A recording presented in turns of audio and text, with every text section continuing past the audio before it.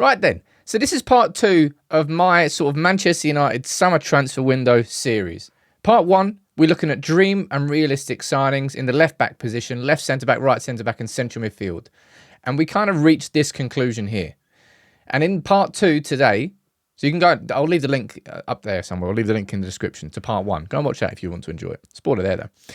But part 2, going to be taking a look at the right winger and the striker positions, because in an ideal world, I think Man United would probably make 5-6 signings this summer. How realistic is that with the budget? That's an important question. So what we're going to do, big up to Steve for helping with the research on this. We're going to look at a premium option for striker position, a mid-range, and maybe an unknown, maybe a gem that United could sign in the striker position and the right wing position. Drop a like on the video if you would.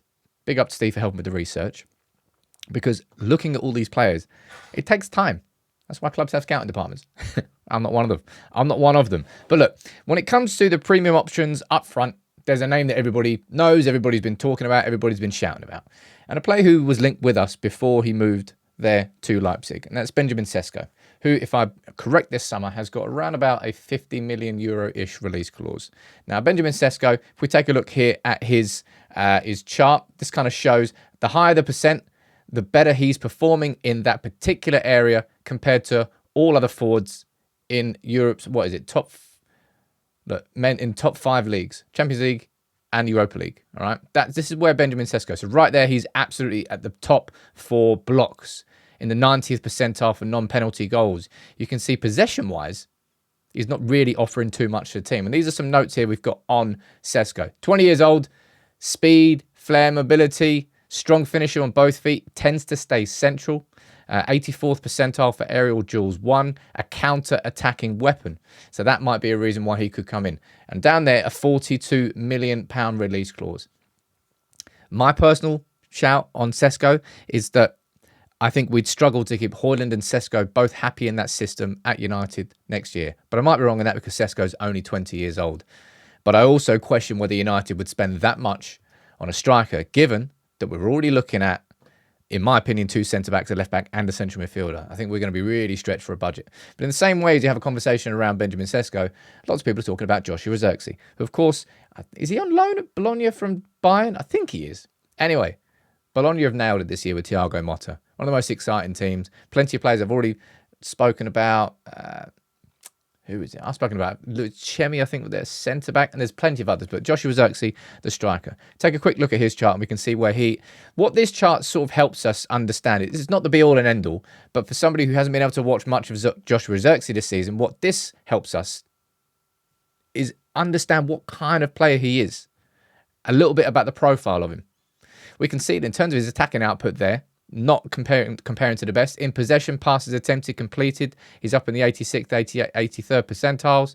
Successful take-ons, 88, quite impressive. Some notes on him here. Oh, that's the wrong one there. That's the third one.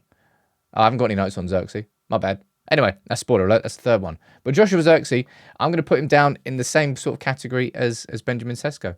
Bayern Munich, by the way, can sign him back for like really cheap. I don't know what their return clause is. But if both of those are sort of the premium ones, you could look down towards Artem Dovbyk, who is a Girona striker. And at Girona, they had a cracking start to the season. They were top of La Liga for a while. Tailed off, and I imagine their team might get picked apart.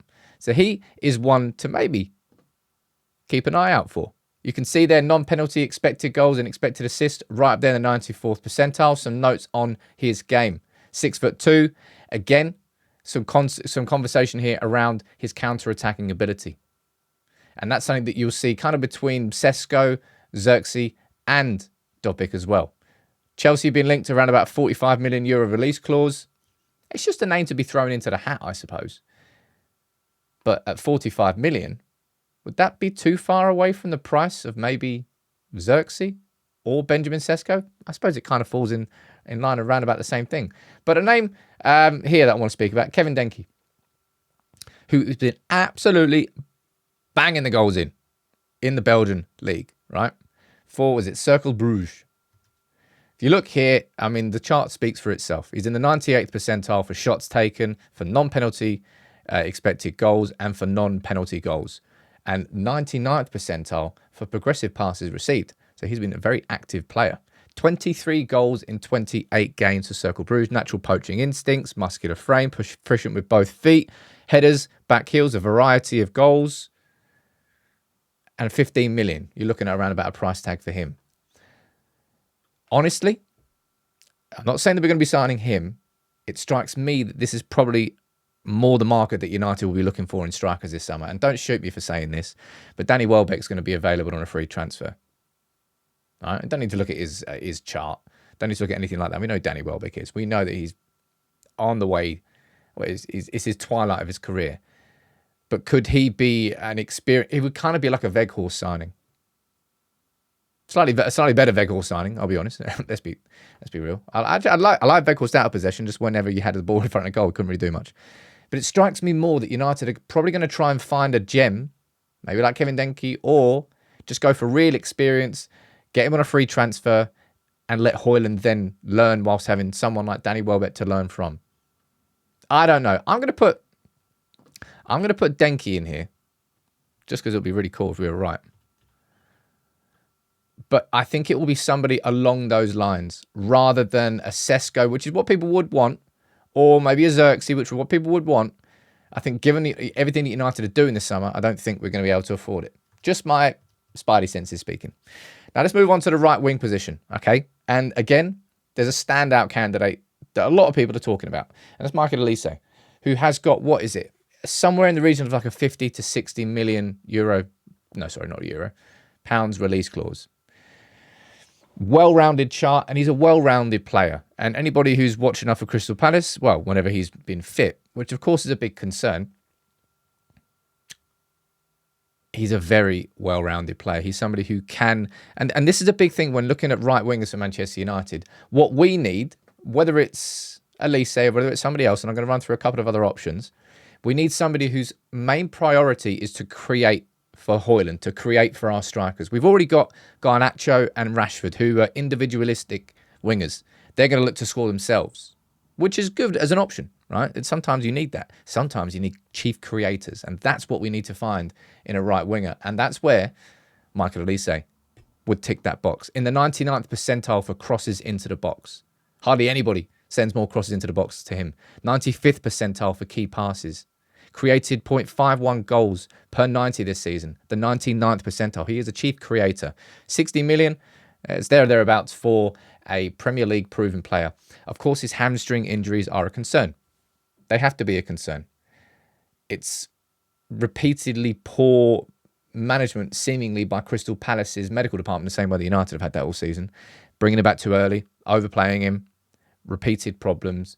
It is a concern. I'd be lying if I saying I wasn't concerned about it. But Michael Olise, as a premium option, ticks a lot of boxes and would be a chief creator. And speaking of another chief creator, you have to have a conversation around Nico Williams.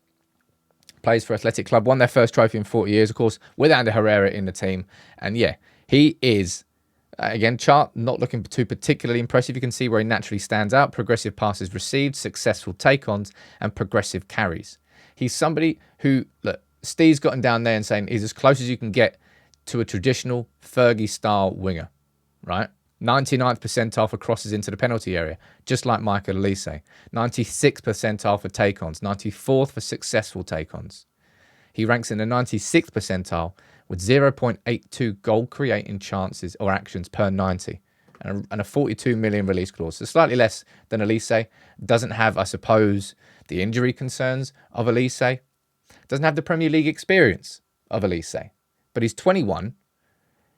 Is it Inaki Williams, his brother as well, I think?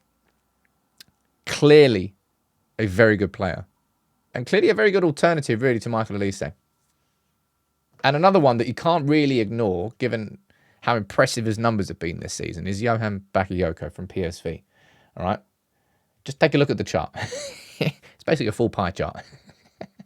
He's been absolutely crushing it with PSV this season, and they've been crushing it in the Eredivisie. What's he actually got? 10 goals and 9 assists in 29 appearances there. 1 goal and 1 assist in the Champions League. Did it go down to Europa League? I don't know. Anyway, impressive numbers. And Bakayoko, as I said, is just somebody that you can't really ignore. I think United fans are going to be stung by the idea, oh, we can't go sign anybody from the Eredivisie because it's not worked out with some. That's just ridiculous. If you research and sign the right players, you can go to any division, any league in the world and sign gems. Out of those three, who would you go for? Michael Olise is probably going to cost in the region of 50 to 60 million, depending. I don't know exactly what that release clause is. Apparently, Nico Williams has a release clause of around 42.8. So say you could get him for 40 million. And then how much do you reckon Bakayoko would go for? 40 million euros is what Transfer Markt has got down. They probably wouldn't allow him to go for any less than that. I think out of all three of them, I think I'd be tempted to do Nico Williams. Now, this is not me saying, oh, look, this is Manchester United's lineup next season. We've got it all perfect. Because I haven't, right? I actually think Branthwaite we're going to get outpriced for. So realistically, if I was to change that now, I probably think United would go, hopefully I can spell his name right, for maybe Lucumi from Bologna at a much cheaper price. Todibo is a more expensive one. And getting those two in. And getting in a young left back. Onana was linked as a central midfielder there, but I think price-wise, we're probably going to have to look elsewhere. Nico Williams would be expensive. But I think we need that cheap. We need like a creator, like a proper creative winger. Not somebody who, like Garnacho or Rashford, whose instinct is to cut inside and create for themselves, but somebody whose kind of main purpose is to create for the strikers. And I've got Kevin Denke down there as a potential option because I don't think Manchester United will have the money this summer to go for a Sesko or a Zirkzee, given everything else that we've got. So that's my little two-part series there. I'm not saying that's going to be Man United's starting 11 next season. I'm going to do my separate videos on like my preferred, but we've taken a look at maybe dream signings per position, realistic ones, and maybe some lesser-known ones. Depending on budgets, we have no idea what that's going to be, and therefore it's going to affect the players that we can go after. If we can go after Sesko, we probably will. Don't think we'll be able to afford it. Who's yours? You let me know in the comments below. If you enjoyed that two-part series, well, good. Drop a like on the video, and I'll see you soon. Take it easy.